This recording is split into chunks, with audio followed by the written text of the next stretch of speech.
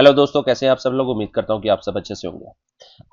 आज का जो हमारा वीडियो है ये हमारा एग्जाम पॉइंट ऑफ व्यू से काफी ज्यादा इंपॉर्टेंट टॉपिक है, क्योंकि हमारा जो है वेनेजुएला में अर्थक्वेक आया हुआ है, जिसकी वजह से बहुत ही ज्यादा तबाही जो है वहां पे हुई है। ठीक है, तो हम इसको देखते हैं, इसका डीप डाइव एनालिसिस जो है ये कैसे, किस वजह से जो है ये भूकंप यानी अर्थक्वेक जो है ये आया हुआ है। उसको देखने से पहले हम थोड़ा सा अपना बैकग्राउंड देख लेते हैं, प्लेट टेक्टोनिक्स के बारे में हम थोड़ा सा पढ़ लेंगे। ठीक है, तो इससे पहले हमको धरती के अंदर इसका स्ट्रक्चर जो है वो देखना पड़ेगा। ठीक है, आपको पता है, आपने बचपन से देखा हुआ है कि हमारी जो अर्थ की जो है 3 लेयर्स होती है, क्रस्ट, मेंटल एंड कोर। ठीक है, ये जो ये वाला पोर्शन दिख रहा है छोटा सा, ये येलो पोर्शन, ये हो गया क्रस्ट। ठीक है, कंटिनेंटल क्रस्ट होता है और ओशनिक क्रस्ट होता है। ये हम जो है फिजिकल ज्योग्राफी में भी अपना फुल डिटेल में पढ़ेंगे, खाली मैं थोड़ा सा आइडिया आपको इस टॉपिक के लिए दे रहा हूं। ठीक है, उसके बाद होता है हमारा मेंटल। ठीक है, मेंटल जो है हमारा upper mantle and lower mental के में दो पार्ट्स में डिवाइड होता है। उसके बाद कोर होता है, outer core and inner core. ठीक है, अब क्रस्ट, मेंटल और कोर के तो फॉर्मेट में आपने पढ़ा हुआ है, लेकिन आपने ये भी सुना होगा लिथोस्फेयर क्या होता है, एस्थिनोस्फेयर क्या होता है। ठीक है, ये लोअर मेंटल वगैरह तो ये लिथोस्फेयर और एस्थिनोस्फेयर क्या होता है। देखिए, ये जो क्रस्ट है प्लस ये जो मेंटल है, अगर ये क्रस्ट वाला पार्ट और ये अपर मेंटल और लोअर मेंटल जो मैंने बताया आपको, ये अपर मेंटल में से some part of upper mantle plus plus ये क्रस्ट वाला पार्ट, इन दोनों को कंबाइनली हम बोलते हैं लिथोस्फेयर।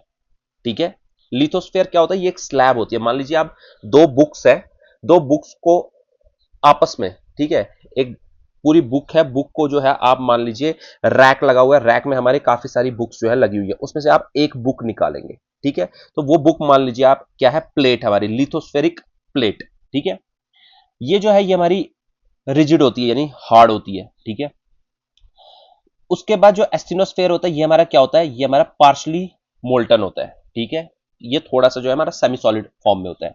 ये जो लिथोस्फेयर प्लेट होती है ये इस एस्टिनोस्फेयर प्लेट के ऊपर जो है ये क्या करती रहती है, मूव करती रहती है। रीजन क्या है इसका, क्योंकि हमारा इस एस्टिनोस्फेयर में क्या होता है, ये सेमी सॉलिड मटेरियल जो होता है मैग्मा।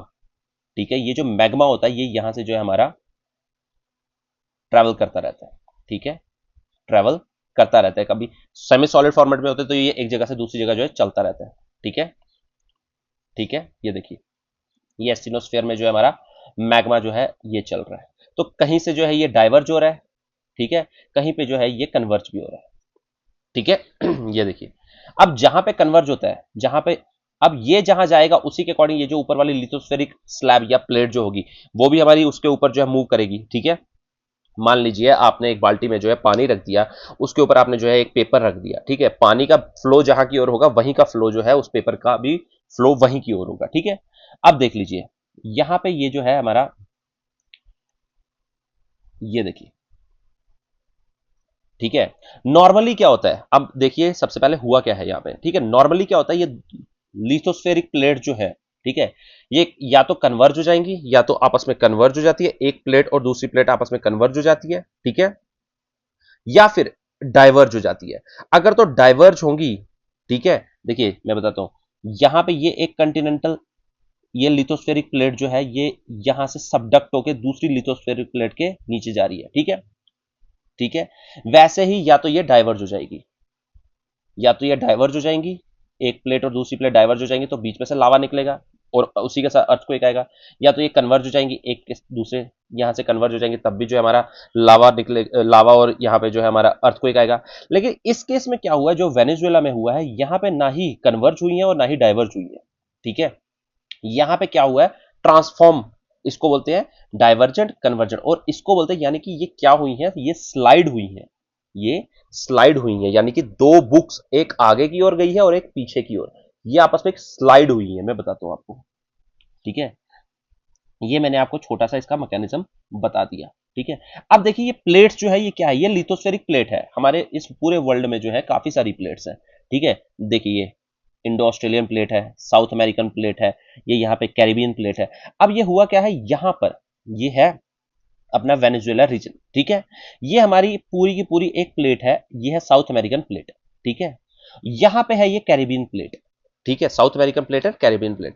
ये कैरिबियन प्लेट और साउथ अमेरिकन प्लेट जो है ये आपस में ना ही कन्वर्ज हुई है ना ही डाइवर्ज हुई है, इनका क्या हुआ है, ये आपस में स्लाइड की गई है, स्लाइड हुई है आपस में। ठीक है, जिसको जो तीसरे मैकेनिज्म जो मैंने बताया ये ट्रांसफॉर्म फॉल्ट जो है यहाँ पे इस कंडीशन का जो है यहाँ पे ट्रांसफॉर्म फॉल्ट ये बना हुआ है। ठीक है, इसको क्या बोलते हैं हम, ट्रांसफॉर्म फॉल्ट। और यहाँ पे जो बनता है, यहाँ पे बनती है रिफ्ट वैलीज। ठीक है, रिफ्ट वैलीज। ठीक है, अफ्रीका में जो है रिफ्ट वैली लेक्स है। ठीक है, जब प्लेट्स दूर जाएंगी तो नीचे से जो मैग्मा जब बाहर आएगा, लावा बनेगा वो, तो वो जो है वो जब ड्राई हो जाएगा तो नीचे जो है उसका वो सरफेस बन जाएगी। ठीक है, कन्वर्जन में डिस्ट्रक्शन होता है। ठीक है, यानी कि एक प्लेट दूसरे के नीचे डिस्ट्रॉय हो रही है, और यहां पे क्या हो रहा है, सिर्फ स्लाइड हो रहा है। यहां पे ट्रेंचेस बनते हैं, यहां पे रिफ्ट वैलीज बनती है, और यहां पे ट्रांसफॉर्म फॉल्ट्स बनती है। ठीक है, आइए मैं दिखाता हूं आपको। देखिए ये स्लाइड हुई है। ठीक है, ये लिथोस्फेरिक प्लेट जो है एक यहां की ओर आ रही है और एक यहां की ओर जा रही है। ये एस्थिनोस्फेयर के ऊपर होती है लिथोस्फेरिक प्लेट। ठीक है, देखिए रीजन क्या है इसका, ये इतना डेडली क्यों है। यहां पे कैरेबियन सी है। ठीक है, ये अपना साउथ अमेरिका, यहां पे ये है वेनेजुएला। ठीक है, तीन कंडीशंस होती है, या तो कन्वर्जेंट होगा यानी कि दो प्लेट्स आपस में टकराएंगी। ठीक है, या तो दोनों प्लेट्स आपस में दूर जाएंगी, या तो दोनों प्लेट्स आपस में स्लाइड होंगी। ठीक है, जो स्लाइड वाली कंडीशन है वो यहां पे हुआ है। ठीक है, ट्रांसफॉर्म इंटरेक्शन हुआ है, ये चीज यहां पे हुई है, ना ही कोलिजन हुआ है ना ही सेपरेशन हुआ है, जस्ट स्लाइड हुआ है एक दूसरे के साथ। ठीक है, ये वर्ड जो है ये आपके एग्जाम पॉइंट ऑफ व्यू से काफी इंपॉर्टेंट पॉइंट है।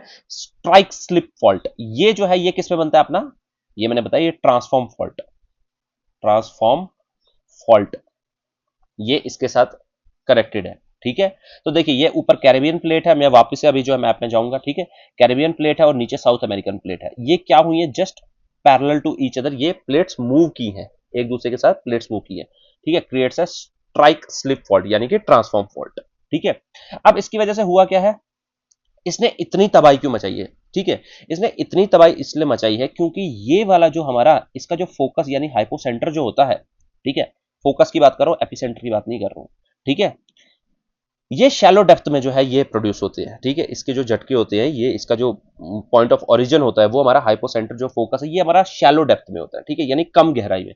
तो इसको कम गहराई से काफी कम ट्रैवल करना पड़ता है इसको सरफेस ऑफ द अर्थ तक आने के लिए। तो यानी कि इसकी एनर्जी जो है बहुत ही कम डिसिपिएट यानी कि वेस्ट यानी कि खत्म जो है, काफी कम अमाउंट में जो है इसकी एनर्जी वेस्ट हो जाती है। ठीक है, तो यानी कि डायरेक्ट जितनी एनर्जी नीचे से लेकर आया उतनी सारी की सारी, क्योंकि इसको कम ट्रैवल करना पड़ता है, शैलो डेप्थ में होते हैं। अगर ये डीप डेप्थ में होते तो ये जो है सारी एनर्जी जो है अपनी रास्ते में ही लूज कर देता है। ये जो है काफी जल्दी जो है ये अपना सरफेस ऑफ द अर्थ पे आ जाता है। तो इसकी वजह से इसको जो है ये ज्यादा दूर तक एनर्जी ट्रेवल करके नहीं जाता। तो ये जो है इसी का कारण है कि ये मैक्सिमम डिस्ट्रक्शन जो है अपने सरफेस के ऊपर करता है। ठीक है, तो शैलो होने की वजह से ये क्या है, अपना डेडली भी है।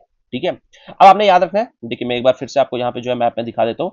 ये है अपनी साउथ अमेरिकन प्लेट, ये पूरी की पूरी अपनी साउथ अमेरिकन प्लेट, और ये है अपनी कैरिबियन, ये छोटी सी प्लेट। ठीक है, ये नाजका प्लेट यहाँ से है। ठीक है, ये पेरू लीमा नाजका, इसके पास आपको मैंने बताया था नाजका प्लेट, ये जो है वर्ल्ड ज्योग्राफी वर्ल्ड मैपिंग का जो है मैंने पूरे के पूरे लेक्चर्स में बताया हुआ है। ठीक है, यहाँ से पैसिफिक प्लेट है, ये रिंग ऑफ द फायर यहाँ से जुड़ जाता है। जब हम फिजिकल ज्योग्राफी पढ़ेंगे तो वहां पे मैं आपको बताऊंगा। ठीक है, ये देखिए यहाँ से ये साउथ अमेरिकन प्लेट, ये अपनी कैरिबियन प्लेट। ठीक है, ये जो है एक दूसरे के साथ स्लाइड की है, एक जो है इधर गई है, एक यहां गई है। तो इसने जो है क्या किया अपना स्लाइड होके इसने ज्यादा एनर्जी जो है अपनी रिलीज की है। ठीक है, देखिए यहां पे जो है अब फॉल्ट्स। ठीक है,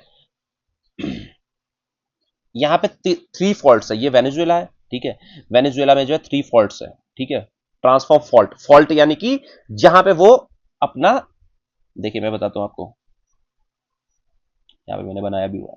फॉल्ट क्या होता है, एक ऐसा क्रैक अर्थ के क्रस्ट पे जहां पे रॉक्स जो है वो क्या करते हैं, मूव करते हैं। ठीक है, एक्चुअली होता क्या है, यहाँ पे इतनी एनर्जी क्यों रिलीज हुई है, क्योंकि ये जो है कई सालों से आपस में स्लाइड करने की कोशिश कर रहे होंगे, लेकिन वो रॉक्स जो है उन्होंने आपस में लॉक करके बैठे हुए थे। ये देखिए फ्रिक्शन ने जो है इन फॉल्ट लाइंस को ये जो है लॉक करके बैठे हुए थे। तो जैसे ही नीचे वाली एनर्जी इस फ्रिक्शनल फोर्स के, फ्रिक्शनल एनर्जी से ज्यादा बढ़ गई, तो वो जो है वो स्लाइड करके जो है आगे निकल गया। ठीक है, वो स्लाइड करके जो है आगे निकल गया।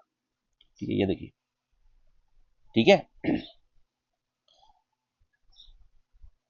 ये देखिए स्लाइड करके जो है आगे निकल गया, शैलो डेप्थ में होते हैं। यहां पे जो है अपने तीन क्या है, तीन फॉल्ट्स हैं जहां से ये एक्चुअली स्लाइड हुआ है। ठीक है, क्रैक्स, ये एग्जाम पॉइंट ऑफ व्यू से याद रखना, Bocono fault zone, San Sebastian, San Sebastian, El Pilar fault.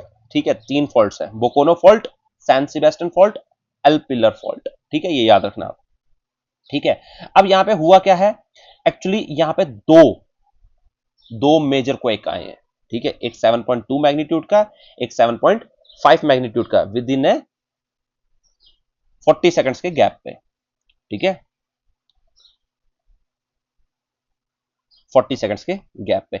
एक मैंने आपको बताया स्ट्राइक स्लिप फॉल्ट, दूसरा वर्ड आप याद रखिए सेस्मिक डबलेट, सेस्मिक डबलेट या फिर डबलेट अर्थक्वेक।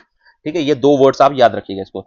यहां पे दो दो क्वेक जो है major quake 7.2 magnitude and 7.5 magnitude के ये आए हुए हैं। ठीक है, जिसने हिट बैक टू बैक किया हुआ है और इसमें ऑलमोस्ट 0 टाइम मिला हुआ है रिएक्ट। नॉर्मली क्या होता है, मेजर शॉक के बाद छोटे छोटे शॉक्स आते हैं, लेकिन यहां पे जो 2 इकट्ठे शॉक्स आ गए जिसकी वजह से स्मॉलर आफ्टर शॉक्स नॉर्मली होते हैं। Usually big shock, big quack के बाद स्मॉलर आफ्टर शॉक्स होते हैं, लेकिन यहां पे जो है मेजर अर्थक्वेक ने जो है इसको बैक टू बैक हिट किया है। ठीक है, अब आप मुझे बताइए कि आपको, मैं उम्मीद करता हूं कि ये कंसेप्ट समझ आया होगा। ठीक है, अगर ये समझ आपको आ गया है तो लाइक कीजिए, शेयर कीजिए, सब्सक्राइब कीजिए और कमेंट में जो है आप मुझे बताइए कि वेनेजुएला की कैपिटल क्या है। और कुछ दिन में मैं फुल फिजिकल ज्योग्राफी का जो है कोर्स लॉन्च करने वाला हूं।